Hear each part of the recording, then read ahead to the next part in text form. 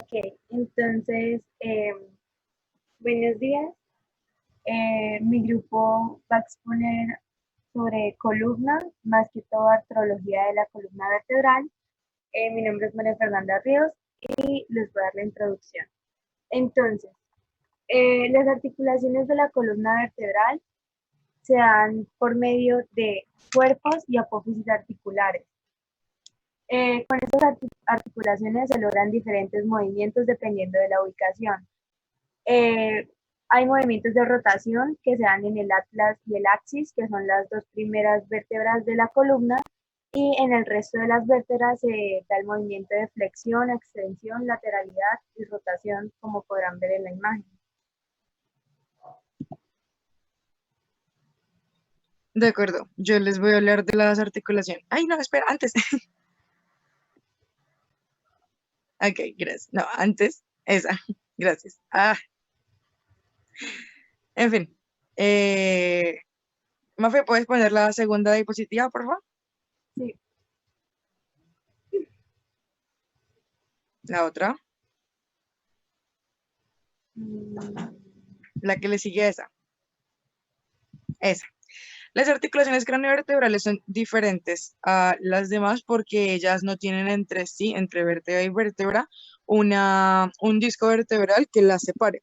Esto se debe a que el atlas y axis están unidos por el diente del axis y de esta misma forma pues se unen al occipital. Entonces, sí, déjala ahí, por favor.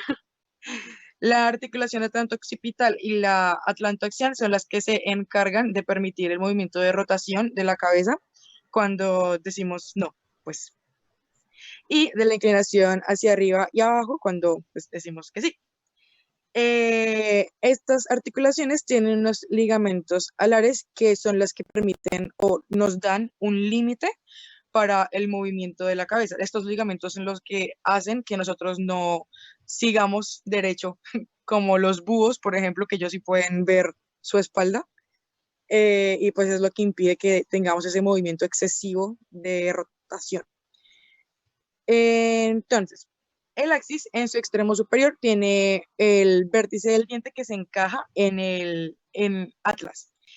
Y eh, ambas, o sea, tanto atlas como axis, tienen carillas o espacios en donde se encajan cada uno de los huesos que están arriba o abajo.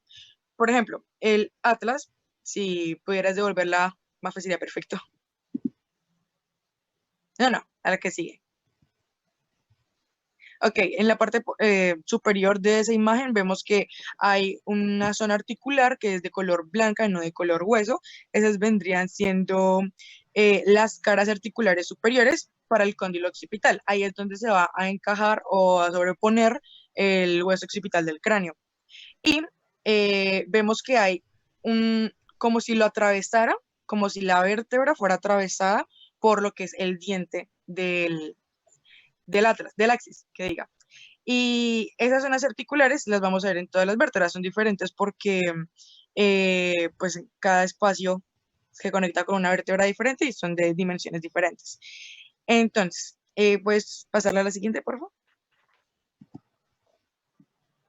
Las vértebras cervicales y atlas y axis son similares en general a todas las vértebras, tienen también el agujero vertebral, el cuerpo, el arco, tienen su apófisis transversa y tienen un ensanchamiento bastante grande en lo que es el foramen vertebral. La imagen de la izquierda son vistas superiores e inferiores de Atlas y las de la derecha son visiones anteriores y posteros superiores de Axis. Y podemos notar que hay espacios que son cóncavos, que son huecos, hendiduras, en donde se encaja una a una cada vértebra. Por ejemplo, ven que en la derecha axis abajo tiene dos caras articulares que dicen cara articular inferior para C3 y a la derecha pues la misma, pero pues la derecha. Esa es la que se va a encajar con la C3 y así sucesivamente con todas las demás vértebras. Y ya.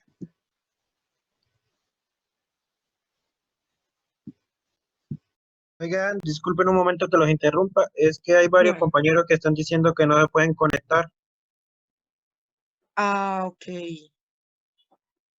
No, ¿hay alguien que pueda grabar la clase? No sé. Ya los estoy admitiendo, espere. Ok, ya entendí. Pensé que no podían de impedimento. Vale, entiendo. Entonces van a grabar la clase.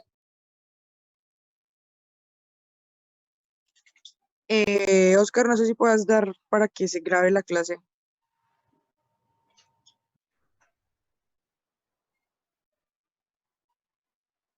O Tiffany o Mafia o alguna que esté en el computador. No, no me deja. No sé Tiene que grabar ser la clase. tiene que ser alguno de ustedes que son los que crearon la conferencia. Es David. Ah, ya vio. Creo. ¿Ya pudiste grabarlo? David la puede grabar, creo, si no se sabe. Ya están grabando. Ok. Ok. Pasarla a la anterior. Sí, pasarlo. Bueno, las articulaciones comunes que se presentan en la mayoría de las vértebras. Entonces, tenemos dos principales articulaciones. Pasarlo a la anterior. Ya. Dos principales articulaciones que vienen siendo la de los cuerpos vertebrales y la de las apófisis articulares. Ahora sí. Entonces, la de los cuerpos vertebrales.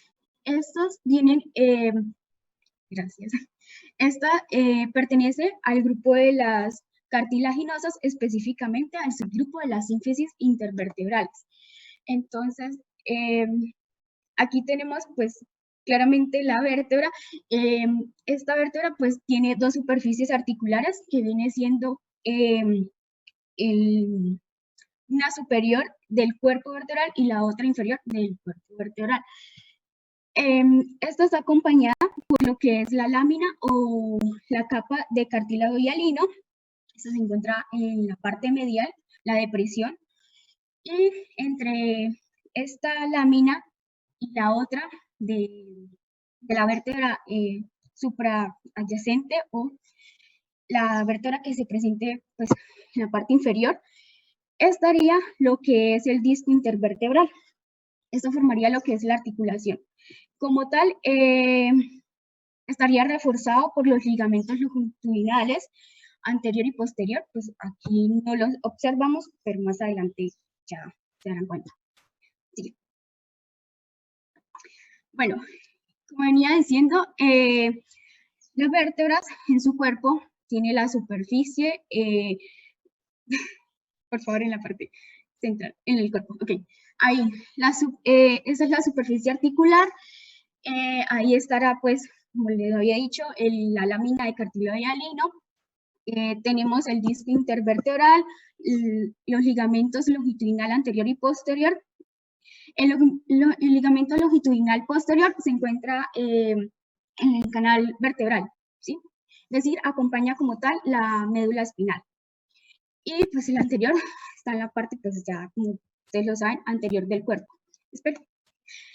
Bueno, aquí tenemos como una imagen más ampliadita de lo que es la articulación. Entonces, lo mismo, longitudinal anterior, longitudinal posterior, el disco intervertebral, y entre los dos cuerpos, bueno, las superficies de del cuerpo de la vértebra está el cartílago hialino. Bueno, más ampliado, entonces ahí está las estructuras que anteriormente mencioné. Sí, ya ahorita les voy a explicar más. Bueno, los discos intervertebrales. Los discos intervertebrales, como tal, se encuentran entre las caras de los cuerpos vertebrales. Estos discos son de tejido fibrocartilaginoso. Tienen como función resistir, ¿sí? las fuerzas externas. Entonces, este va a tener como una, digamos, va a ser como una almohadilla, ¿sí? Entonces, cuando se ejerce una fuerza, este se va, bueno, se va a mostrar como en el GIF que está ahí abajo. GIF. Bueno, se compone por dos porciones. Entonces, la primera, que es el anillo fibroso, este anillo fibroso como tal rodea lo que es el núcleo pulposo, que es la segunda porción, que está en el centro. El anillo fibroso tiene un tejido conectivo fibroso, entonces sus láminas se oponen entre sí, digamos, entre la vértebra, sí, sus láminas se oponen entre sí, y pues como es de tejido conectivo fibroso, lo que nos va a permitir, bueno, la ventaja es que va a limitar, ¿sí? Entonces, ya les digo por qué.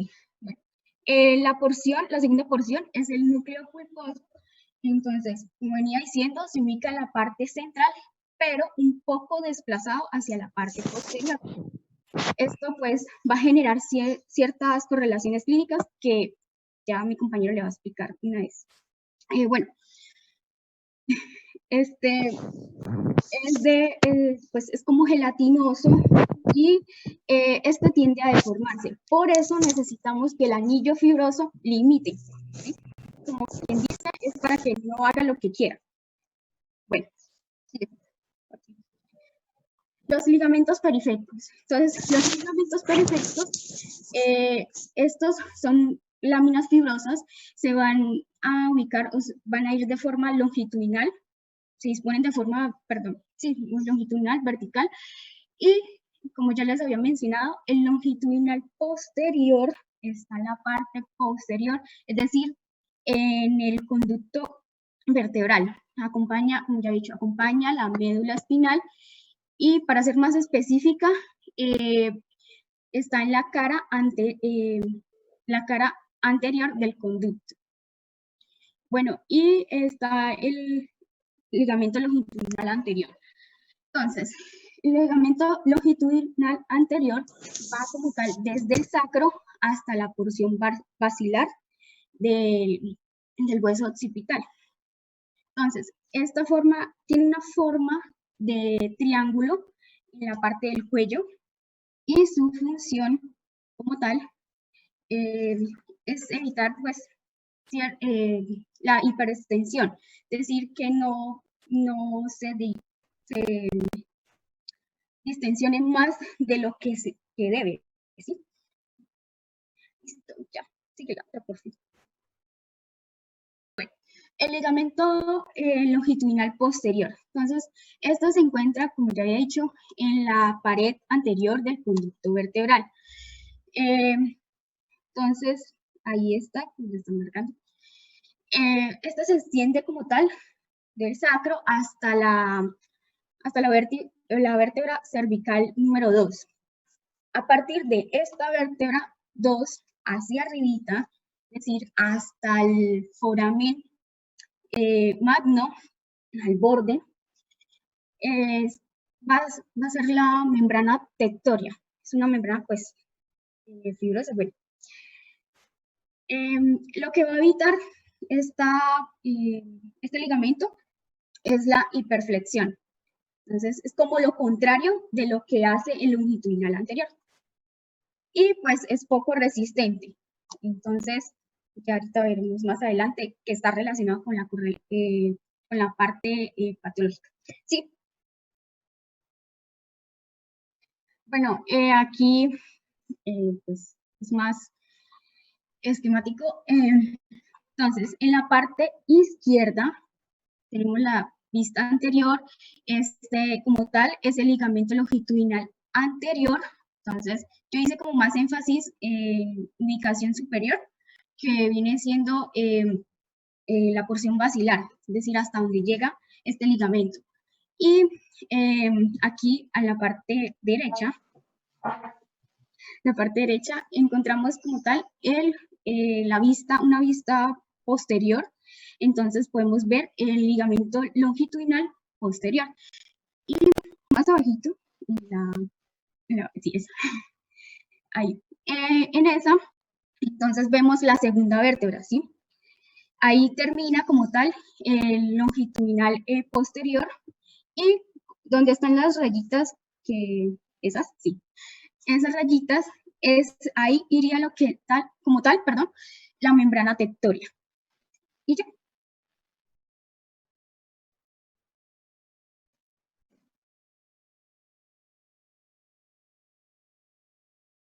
Siguiendo con las diapositivas, abrimos un espacio de la correlación clínica. Esta correlación clínica es denominada hernia discal. Como podemos ver aquí en la estructura del disco, están los anillos fibrosos y el núcleo pulposo. En la hernia discal podemos diferenciar que en el núcleo pulposo está compuesto de un 88% de agua.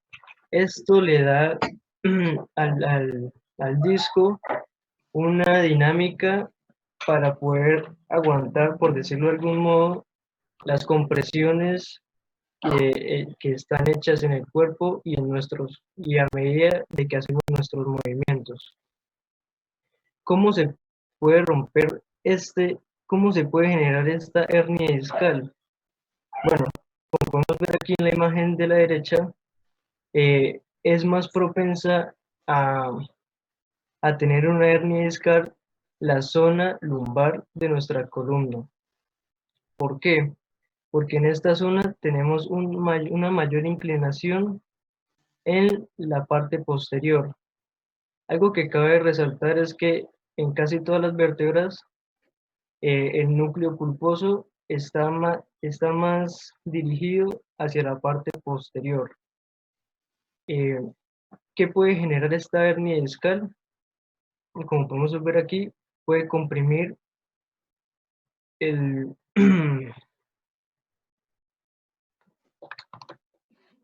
disculpen, pueden comprimir el nervio central.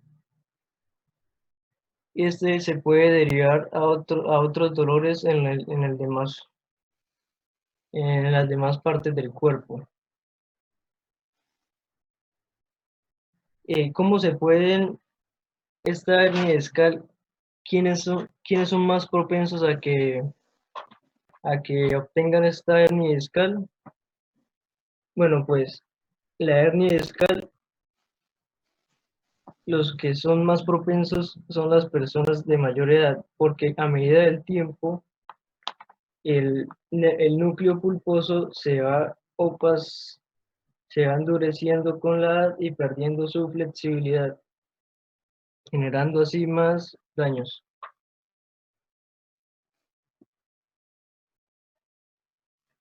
¿Sí me escucharon? No hablé solo. No, sí, Sí, está muy bien. Se escuchó muy bien. Entonces, aquí eso tener en cuenta que lo más importante de la correlación clínica más importante son las hernias discales, y que por eso es que las hernias discales producen dolor, porque comprimen las raíces nerviosas, y entonces es un dolor que clínicamente se manifiesta con los cambios a veces de posición, porque al moverse hacia un lado o hacia otro se comprime se abomba más ese núcleo pulposo, y entonces comprime todavía más la raíz nerviosa. ¿Ok? Pero está muy bien.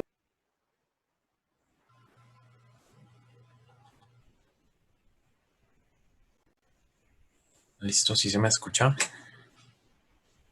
sí, Santiago. Listo. Otro tipo de articulación son las articulaciones de las apófisis articulares. Estas se encargan de unir las apófisis articulares de dos vértebras entre sí, la suprayacente y la subyacente. Esta es de tipo sinovial, o sea que al unirse queda separada entre sí por una cavidad sinovial. Dicha cavidad es rodeada por una cápsula que tiene forma de manguito. ¿La pasas, por favor? Listo. En cuanto a las superficies, para las vértebras torácicas y cervicales, las apófisis tienen superficies casi planas, como se pueden ver en las dos primeras imágenes. Mientras que para las vértebras lumbares las superficies son de tipo cilíndrico, es la tercera imagen ahí. Cabe destacar que en todas ellas se presenta movimiento de deslizamiento entre sus superficies.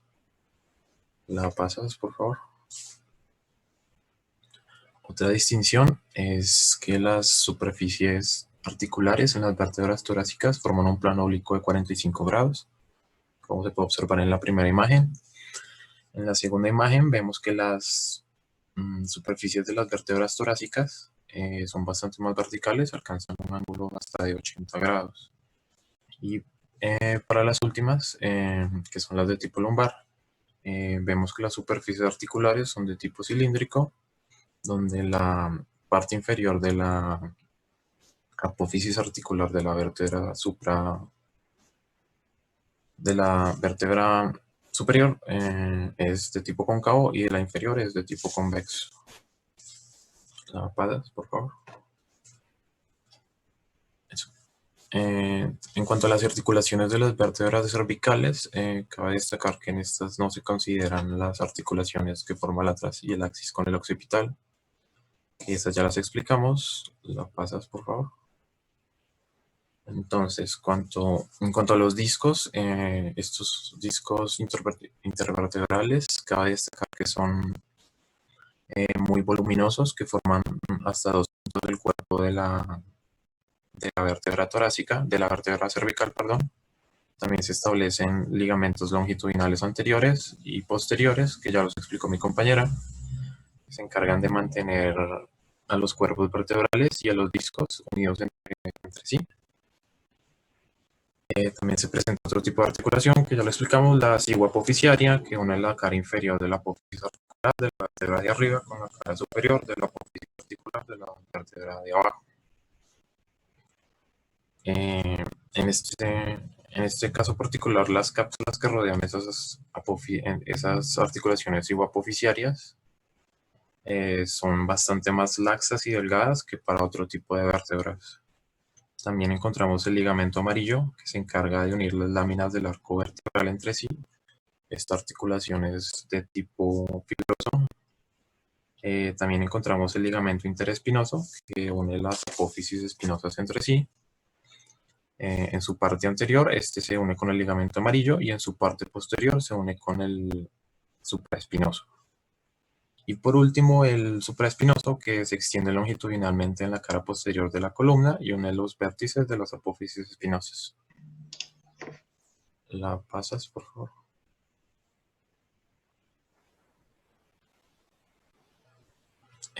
Por último, las cervicales tienen una articulación particular que se llama la articulación oncovertebral. Como vemos en la imagen de la derecha, ahí están unidos dos vértebras cervicales por medio del disco, pero hacia su porción lateral encontramos una región que se llama apófisis unciforme, que forma una articulación con el cuerpo de la vértebra suprayacente. La función de esto es contribuir a estabilizar los movimientos de flexión y extensión de la columna cervical y evitan las hernias laterales del disco intervertebral. Listo. Ok, entonces las vértebras torácicas son 12 vértebras desde T1 hasta T12 que se continúan con las vértebras, con la C7, con la última cervical. Y su principal característica es que tienen 2 carillas laterales para la inserción de las costillas. Esa es como la principal cosa que resalta de ellas. El cuerpo de las vértebras torácicas presenta pues un pedículo y 2 fositas costales articulares. En la fosita de arriba, la superior, se inserta una costilla y en la inferior inicia la segunda costilla. Ya les voy a explicar mejor esto en la siguiente imagen para que no se me confundan. Ay, no, espera, devuélvete. Entonces, lo que les decía, está T1 a T12. La cabeza de la costilla entra y se inserta, se articula con la fosita costal inferior de la vértebra superior y con la fosita costal superior de la vértebra inferior. O sea que está articulada en 2 vértebras, una superior y una inferior. Y con el disco invertebral también. Ya, pásale por favor. Si ven una vista anterior, superior, similar a cualquier otra vértebra, con pues, sus apófisis, sus pedículos, su cuerpo y su foramen, pero si vemos la de la derecha, es una vista lateral, la de abajo es una vista lateral, entonces ahí se alcanza a ver bastante bien que está la fosita costal superior y la fosita costal inferior, y es ahí donde se viene a insertar cada una de las 12 costillas. Entonces, pues como ya les dije, las costillas se insertan en disco, la inferior de una vértebra y la superior de la otra. No, no, sí, disco inferior y superior. Y ellas tienden a ensancharse, las vértebras T11 y T12, a pesar de que contienen a las costillas flotantes, son más gruesas y son ensanchadas porque pues están bajando y al acercarse a las lumbares pues se ensanchan. Entonces hay conexión fosícula superior, fosita costal superior, disco y fosita costal inferior para cada costilla. ¿Ya puedes pasarla? Ah, ya.